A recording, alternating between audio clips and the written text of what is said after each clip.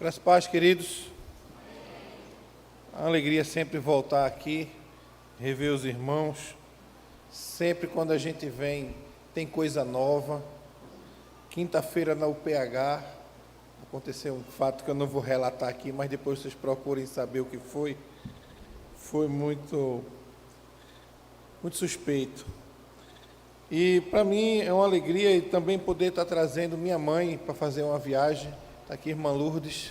Fique de pé, minha joia. Pode sentar, mãe. Ela que vai fazer aniversário, 70 anos em abril. E aí eu disse, vamos fazer essa viagem aí já começando as comemorações, né? Como alguém diz assim, começando os trabalhos. E aí ela tem gostado muito, disse que moraria aqui muito facilmente. Já está querendo puxar, né? Então, tem gostado bastante aqui. Visitamos Cerro Corá, Lagoa Nova, e ela gostou bastante.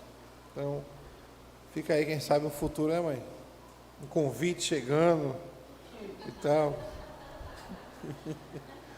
Vamos abrir, queridos, sentado como estamos mesmo, nessa reverência que nós estamos. Salmo de número 100. Então vamos ficar em pé. Salmo de número 100. Vamos ler do versículo 1 a 5.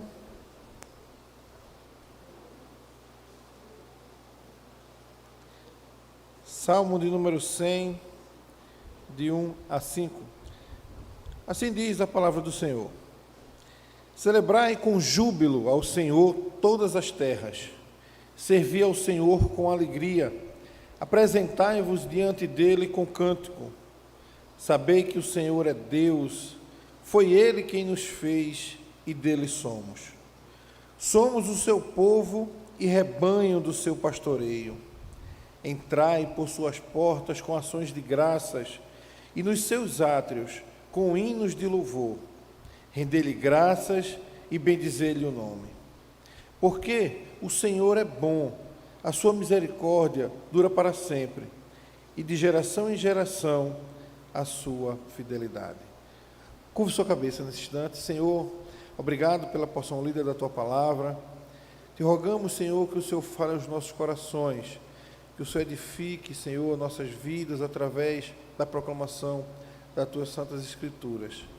Que o Senhor cresça, que nós diminuamos e que o teu nome seja glorificado, em nome de Jesus. Amém. Podem sentar, meus irmãos.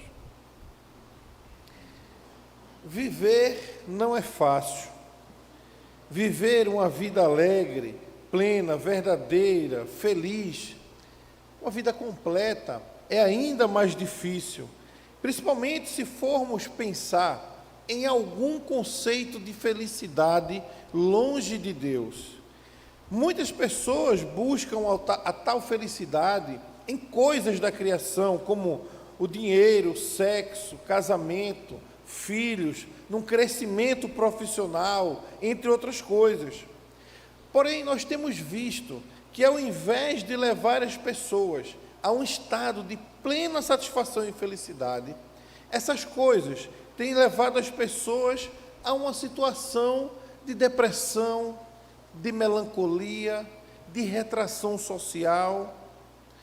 Um antigo catecismo da Igreja Protestante, chamado Catecismo de Heidelberg, datado do ano de 1563, escrito por dois reformadores alemães, conhecidos como Zacarias Ursinus e Gaspar Olevianus, ele traz essa resposta já na primeira pergunta, quando diz: qual o seu único consolo na vida e na morte? E a resposta para essa pergunta é: o meu único consolo é o meu fiel Salvador Jesus Cristo. A Ele pertenço em corpo e alma, na vida e na morte, e não pertenço a mim mesmo. Com seu precioso sangue, Ele pagou por todos os meus pecados e me libertou de todo o domínio do diabo. Agora, Ele me protege de tal maneira que, sem a vontade do Pai no céu, não perderei nenhum fio de cabelo. Além disso, tudo coopera para o meu bem. Por isso, pelo Espírito Santo, Ele também me garante a vida eterna e me torna disposto a viver para Ele daqui em diante de todo o coração. Observe que a nossa satisfação não está nas coisas, a nossa satisfação não está na criação, mas a nossa satisfação está em algo muito maior, pois a nossa satisfação está em nosso fiel Salvador Jesus Cristo, que a Ele pertencemos na vida e a Ele também pertencemos na morte. A Ele pertencemos em corpo, para vivermos para a glória dEle, e a Ele pertencemos em alma, para o adorá-lo, para viver em comunhão e aliança eterna com Ele. O que essa certeza traz para o crente?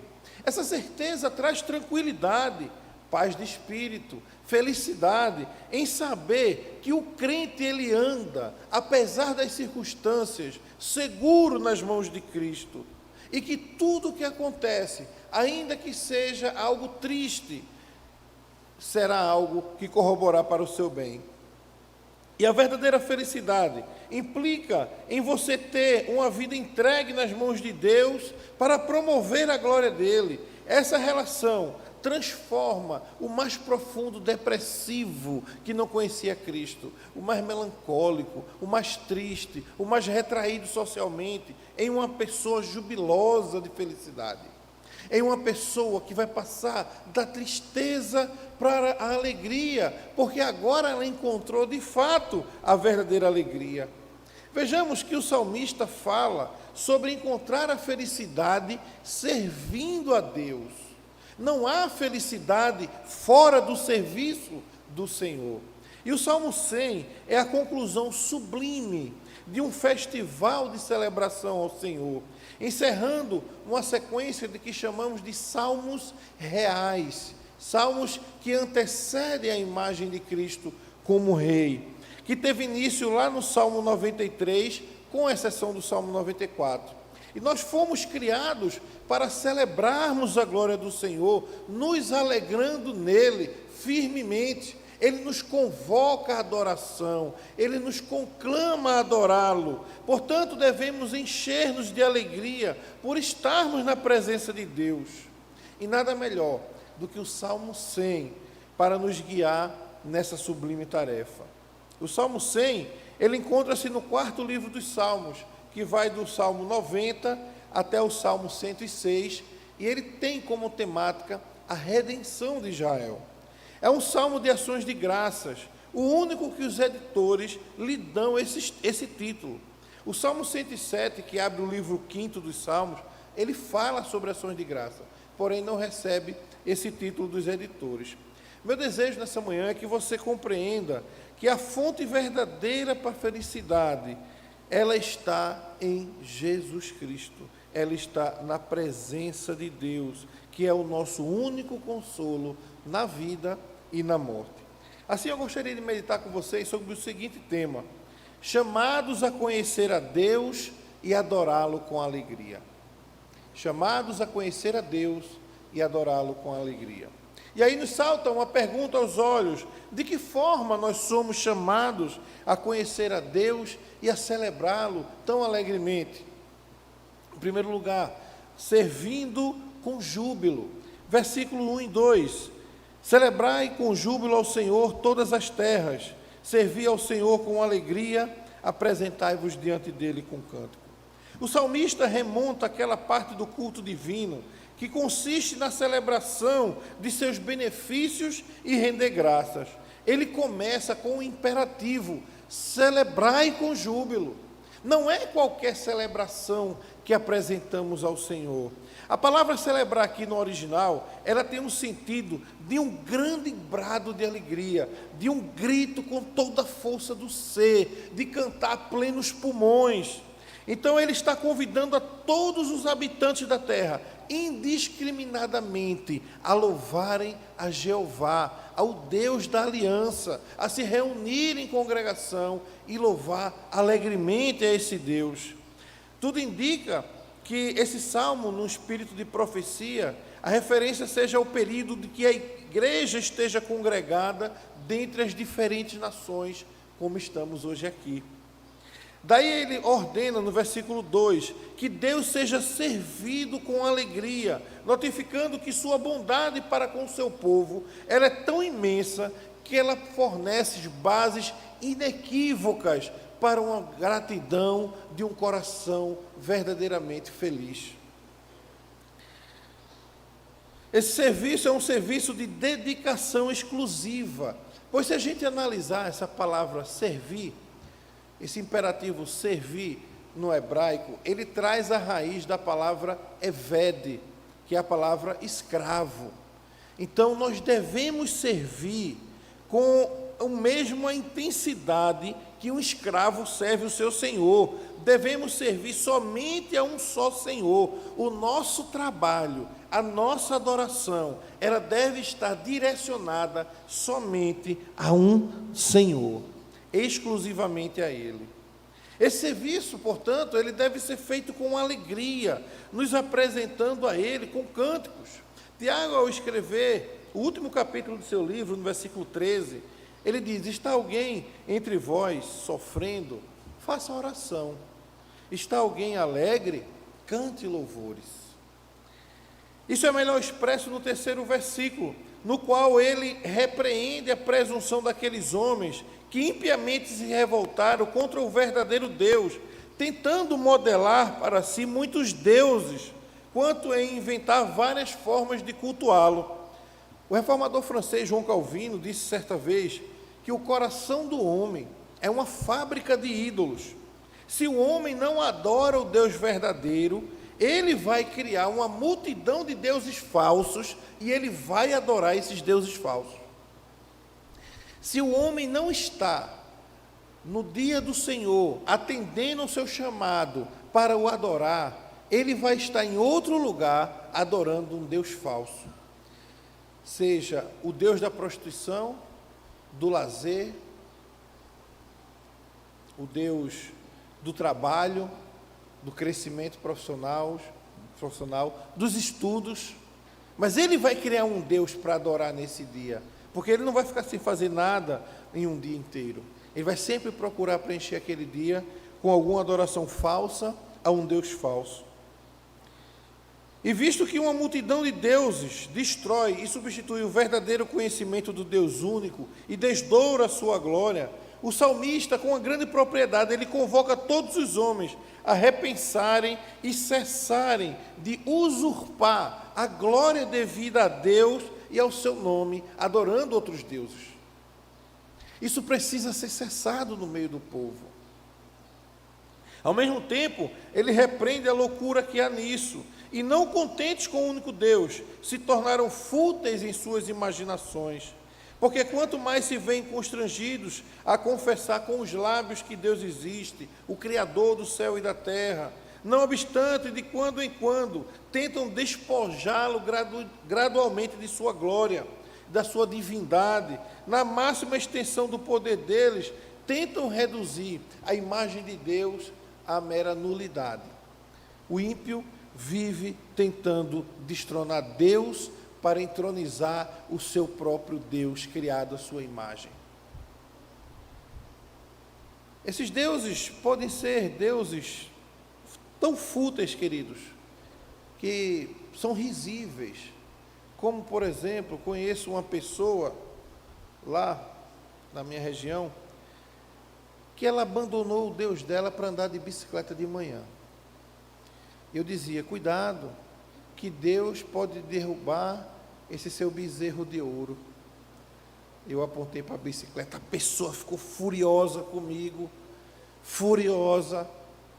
Depois reconheceu que estava deixando de cultuar a Deus para ficar andando de bicicleta de manhã. Outros deuses, como os próprios filhos: meu bebê não pode acordar muito cedo, porque se meu bebê acordar muito cedo, ele não vai fazer a digestão, então ele não pode ir para a igreja de manhã, ele vai ficar assistindo os desenhos coloridos que passam, galinha pintadinha, patati patatá, porque meu bebê não pode. E muitas vezes esse bebê já tem 14 anos, 15, 16. E as pessoas idolatrando os filhos, desviando a adoração, tirando os filhos da casa do Senhor, para depois cobrá-los que eles voltem na vida adulta, o que se torna uma tarefa ainda mais difícil. Visto que restringir os homens na prática do culto divino, em sua pureza, é algo extremamente difícil. O salmista, não destituído da sua própria razão, ele lembra que o mundo e sua costumeira vaidade, e o ordena o mundo a reconhecer a Deus como tal, pois devemos atentar bem para essa breve definição de conhecimento dele, a saber que sua glória seja intocavelmente preservada e que nenhuma divindade se lhe oponha com o intuito de obscurecer a glória do seu nome. O povo de Deus precisa não somente reconhecer o Deus verdadeiro, mas cultuá-lo e apresentá-lo às nações, colocá-lo como o Senhor Criador de todas as coisas. Thomas Watson, puritano do século XVII, ele disse certa vez que a alegria atribui crédito à fé. Você já viu uma pessoa que verdadeiramente entregou sua vida a Cristo ter a sua fé exposta através da sua alegria? Como seria incoerente pregar o Evangelho dizendo: olha, Jesus morreu na cruz por nós, isso é maravilhoso. Como eu sou feliz porque Cristo morreu na cruz por mim. Vocês não têm noção de como eu estou feliz nesta manhã em proclamar que Cristo é o Salvador. Thomas Watson diz que a alegria, ela expõe a fé, ela atribui crédito à fé. E quando falamos de Cristo, temos que celebrar com júbilo, temos que falar com alegria e dizer que eu vivia no pecado, andando segundo a concupiscência da carne, mas Cristo agora mudou minha vida. Cristo me tirou da concupiscência da carne e dos olhos. Cristo me livrou da minha natureza, que eu era por natureza filho da ira de Deus. E agora, queridos, estou liberto para adorar e servir a Deus. Precisamos expor a nossa alegria ao mundo, de sermos um povo ordeiro, sermos um povo jubiloso, um povo alegre, um povo que confia na providência de Deus e que não murmura. Um povo que vai viver verdadeiramente uma vida feliz. E através dessa alegria de pertencer a Cristo, é que mostramos ao mundo o caminho da verdadeira felicidade. Precisamos usar o nosso testemunho também. Se não me engano, foi Lutero que falou certa vez: pregue, se possível, use a boca. Pregue, se possível, se preciso, use a boca. Porque o testemunho, ele fala alto. A alegria dá crédito à fé. Ao mesmo tempo que mostramos que não é seguindo o coração que encontramos a verdadeira felicidade. Como é dito na grande mídia por aí, siga o seu coração. Faça o que o seu coração diz. Porque Jeremias já alertou que enganoso é o coração mais do que todas as coisas e desesperadamente corrupto. Não devemos seguir o coração, devemos seguir a lei do Senhor. A verdadeira felicidade só é encontrada em Deus. Não adianta tentar buscar a felicidade nas coisas da criação, pois a felicidade se encontra no Criador. Lá em Olinda, por exemplo, eu já encontrei algumas pessoas cheias de problema na vida, sentando na mureta da praia ali de Zé Pequeno, e eu perguntava às pessoas: por que você passou a tarde aí? Ah, porque o mar me acalma. O mar lhe acalma, mas eu tenho algo muito maior que o mar para lhe acalmar, que é o Criador do mar. Ele pode trazer a paz que você está buscando. As pessoas buscam na criação a satisfação que só é encontrada no Criador. As pessoas passam uma tarde inteira olhando as ondas irem e voltarem, para aquilo ali trazer paz para elas. Pode até trazer uma paz naquele momento, desliga o celular, ninguém vai aperrear, não vai chegar nenhum telefone daquele de cobrança. E ali ela tem alguns momentos de paz. Mas quando sair dali, que ela voltar para o mundo real, ela não vai encontrar a paz que ela buscava. Não perca tempo provando tentar o contrário, quando na história todos que tentaram se alegrar diante de Deus falharam fragorosamente. Hoje você veio aqui na casa de Deus com um propósito em relação a Ele, e isso já é bom, pois porque você crê que Ele existe. Do contrário, que a gente não cresce que Deus existisse, não estaríamos aqui. Uma vez que você está aqui, você também é convidado a celebrar com alegria a esse Deus, porque você faz parte também de todas as terras. Uma vez que você está aqui, você é convidado a servi-lo com alegria, e esse é o melhor convite que nós recebemos da parte de Deus, de poder fazer parte da sua família. Talvez você possa pensar que, se tornando servo de Deus, você irá abandonar suas alegrias pessoais, como por exemplo, no dia que eu conheci o pastor, meu time veio de uma vitória esplendorosa, e eu fui comemorar com ele ali no restaurante, extasiado, feliz, uma goleada. E a gente pensa que, se entregarmos a vida a Deus, precisaremos abandonar essas alegrias pessoais. Mas eu queria desafiar você a provar uma alegria ainda maior, que é a alegria de servir a Deus com júbilo e com alegria, uma alegria jamais experimentada em nossa vida, que o salmista no Salmo 34, ele diz: provai e vede que o Senhor é bom. Essa palavra provar, ela vem do hebraico tahamu, que é aquela prova de saborear, é aquela ideia de a gente colocar um pouquinho na boca e ficar experimentando e vendo, olha como é bom. É tipo feijão de Neide, quando a gente faz assim, ó, bota aquele feijão com o caldinho na boca, rapaz, esse feijão é bom. Então nós somos convidados a experimentar esse Deus, a provar e ver que Ele é bom. O salmista nos chama a isso, chama toda a terra a celebrar. Somos chamados a conhecer a Deus e adorá-lo com alegria. Em primeiro lugar, servindo com júbilo. Em segundo lugar, queridos, conhecendo-o como Deus. Versículo 3: sabei que o Senhor é Deus, foi Ele que nos fez e dele somos rebanho do seu pastoreio. O salmista, ele está convocando todas as terras a conhecê-lo intimamente, a conhecê-lo de perto, a ter um relacionamento com Ele. E a palavra hebraica para saber aqui é yadá, que ela é a palavra usada para conhecer, também lá em Gênesis capítulo 4, quando diz, e conheceu Adão a Eva, e Eva concebeu. É a mesma palavra, ou seja, o salmista está convidando você, está nos convidando a conhecer a Deus intimamente. Obviamente que não é num contexto de nenhuma relação sexual, mas é num contexto mais íntimo que pode ter entre duas partes. Quando o salmista fala isso, ele não quer que cheguemos a Deus como meros espectadores do que vai acontecer. Eu vou para a igreja hoje assistir a celebração, assistir o culto. Não, nós somos convidados a experimentar esse Deus, a conhecê-lo, a manter um relacionamento com Ele.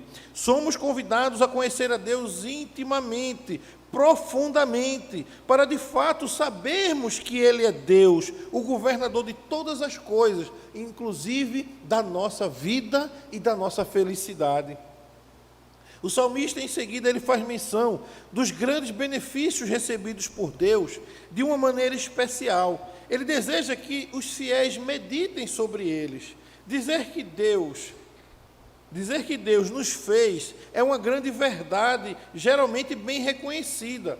Porém, não é comum atentar para a ingratidão natural dos homens que não conhecem a Deus, que raramente eles adotam esse Deus como Pai, que raramente reconhece e mantém a existência desse Deus como soberano do universo. Cada um faz para si deuses e virtualmente os adoram, quando atribui a eles o poder de pertencer exclusivamente, quando abandonam a adoração verdadeira e se lançam numa adoração falsa. Além do mais, é preciso ter em mente que o salmista está falando da criação em geral, da criação que contemplou momentaneamente o Deus se relacionando com toda a criação pré-queda, e ele agora está falando daquela regeneração espiritual por meio da qual ele cria de novo a sua imagem nos eleitos. Os crentes são aquelas pessoas sobre quem o profeta ou o salmista aqui declara ser obra das mãos de Deus, não que fossem feitos homens no ventre da sua mãe, porém no sentido que Paulo expressa no versículo 2 e 10, que fomos chamados para sermos feitura de Deus.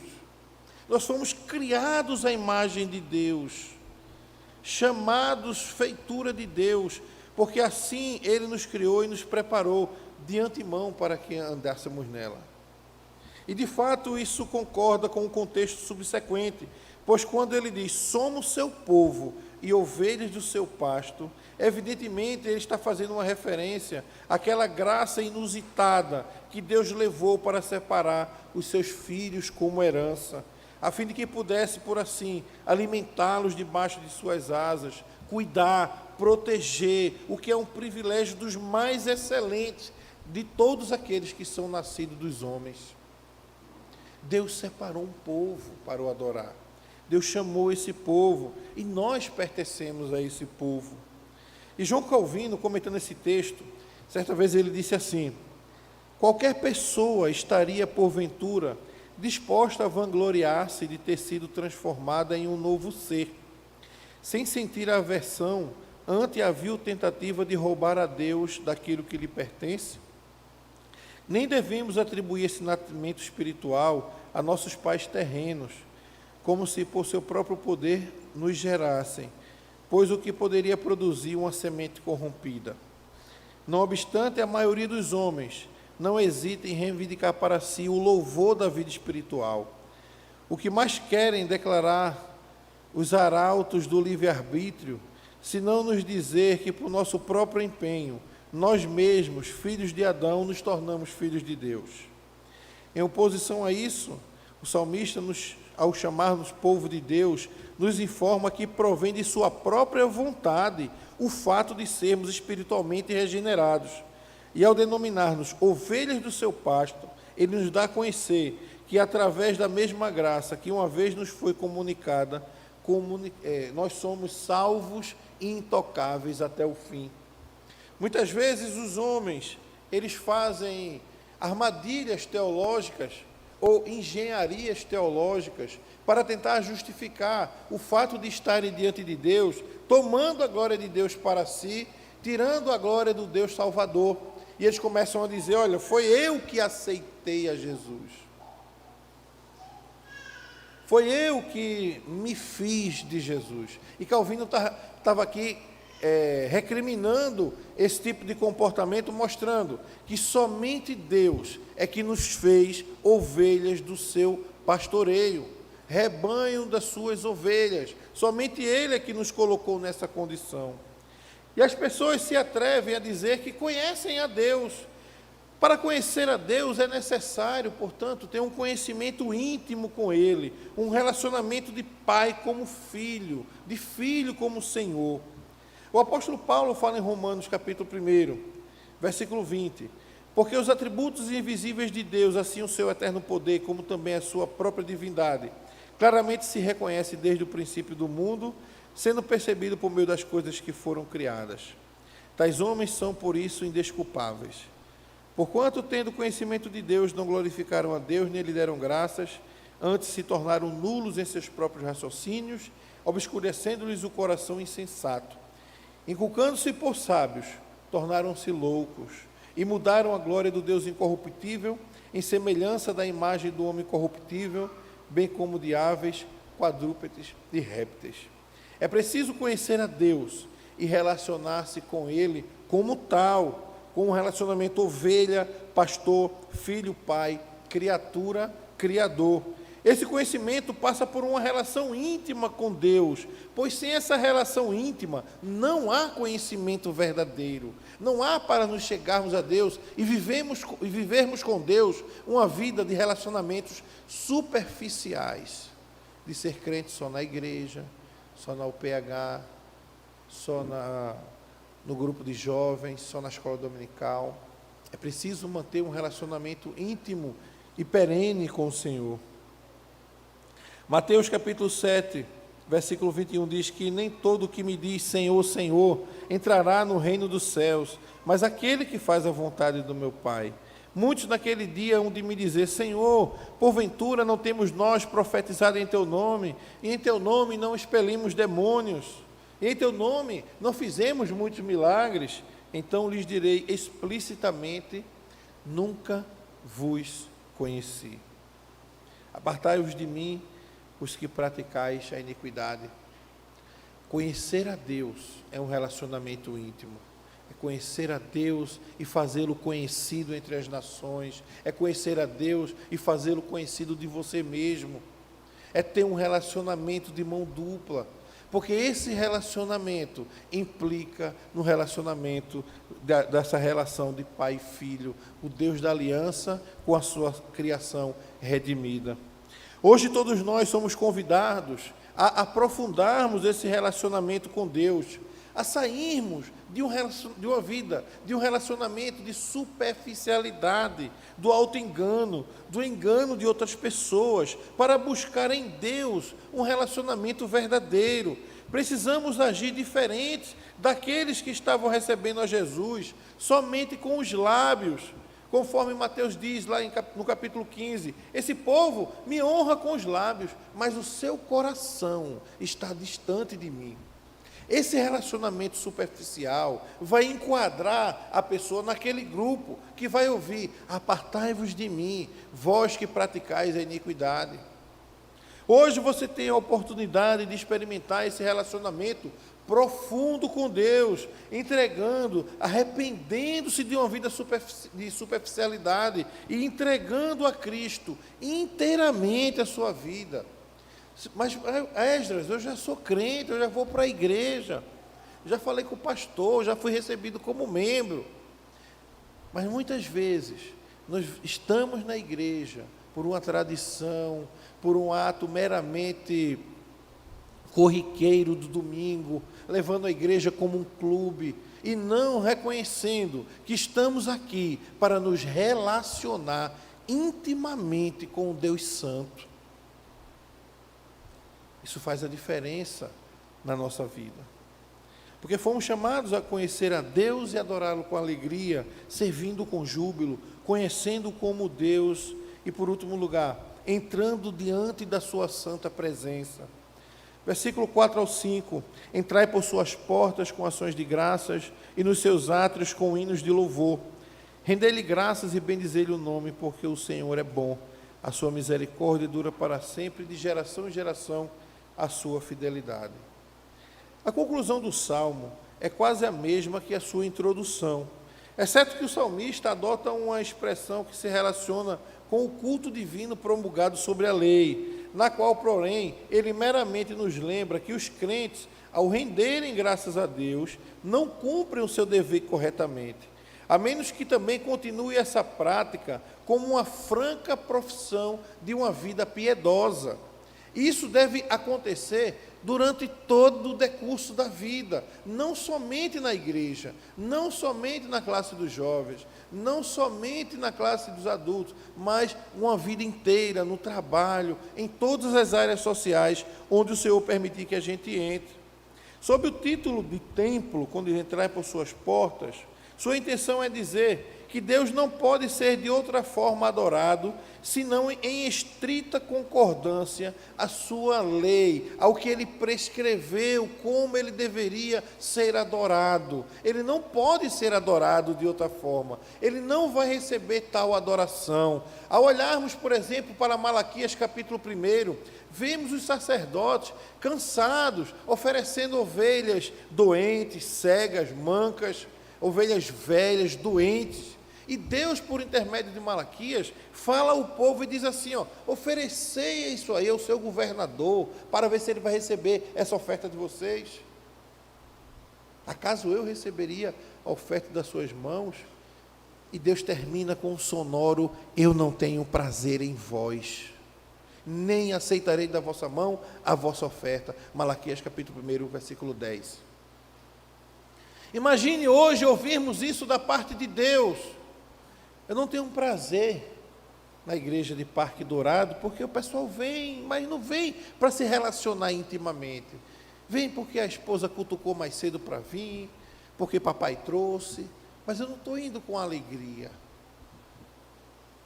E se Deus falasse aqui conosco, através de um profeta Malaquias, dizendo, não tenho prazer em vós, nem aceitarei da vossa mão tudo que vocês fizerem hoje aqui de manhã. Como é triste ouvir da parte de Deus tal repreensão. Como é triste ouvir da parte de Deus que não estamos adorando a Ele com fidelidade, conforme Ele nos prescreveu na sua lei. E além disso, Ele acrescenta que a misericórdia de Deus, ela dura para sempre, e que a sua verdade é igualmente eterna, com o intuito de enfatizar que jamais sofremos prejuízo por promover uma adoração verdadeira. Jamais seremos prejudicados ou punidos por Deus, por desagradar os homens, para adorá-lo verdadeiramente, conforme Ele prometeu nas Escrituras.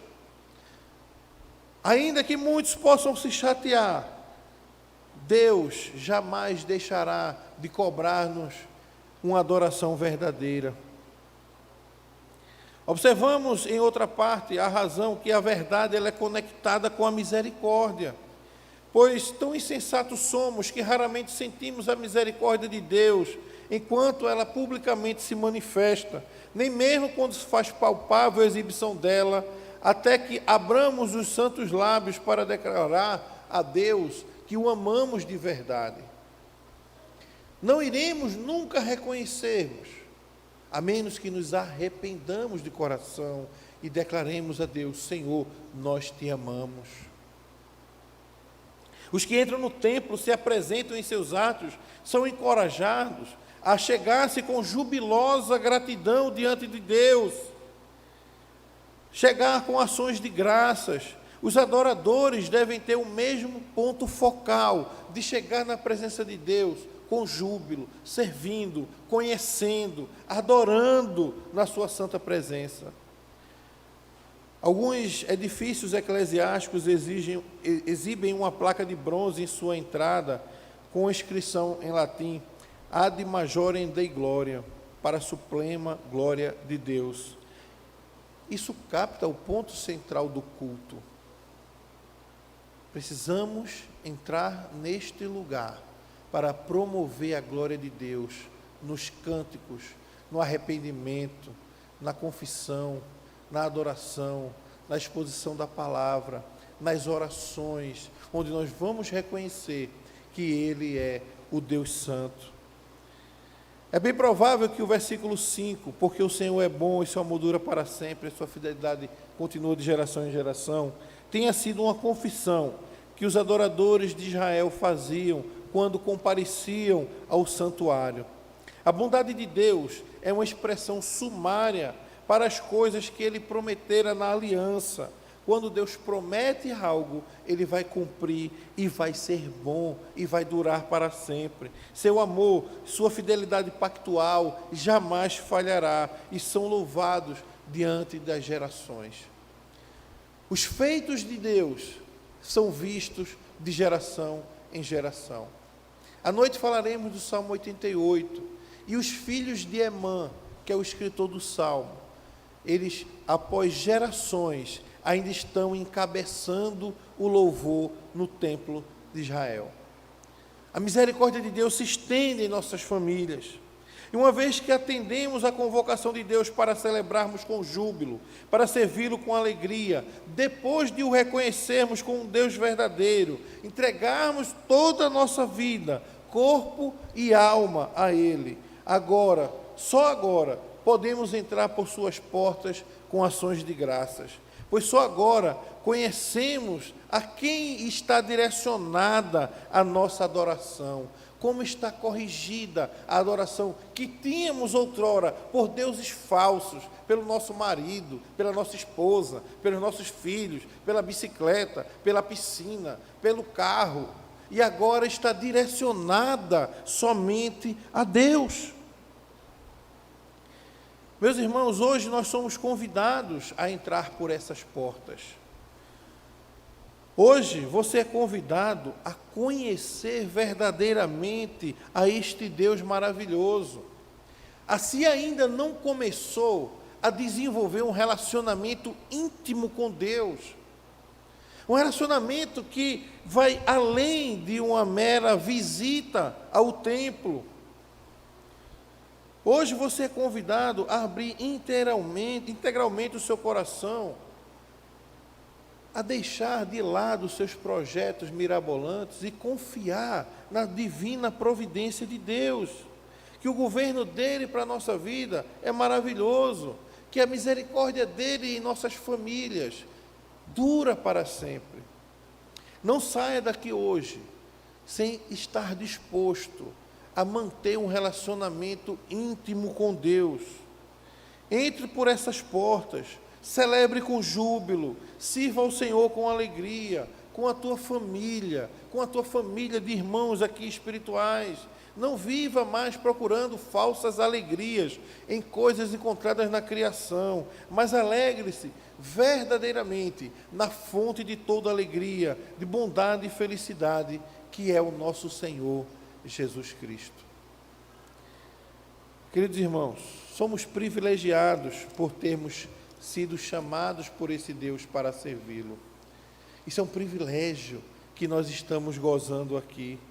Precisamos agora buscar esse relacionamento íntimo com Ele, conhecê-lo de verdade, para poder servi-lo como Ele deseja ser servido, para que não sirvamos conforme as nossas imaginações humanas e sugestões de Satanás, como diz o capítulo 21 da nossa confissão de fé, mas que sirvamos a Ele conforme Ele prescreveu.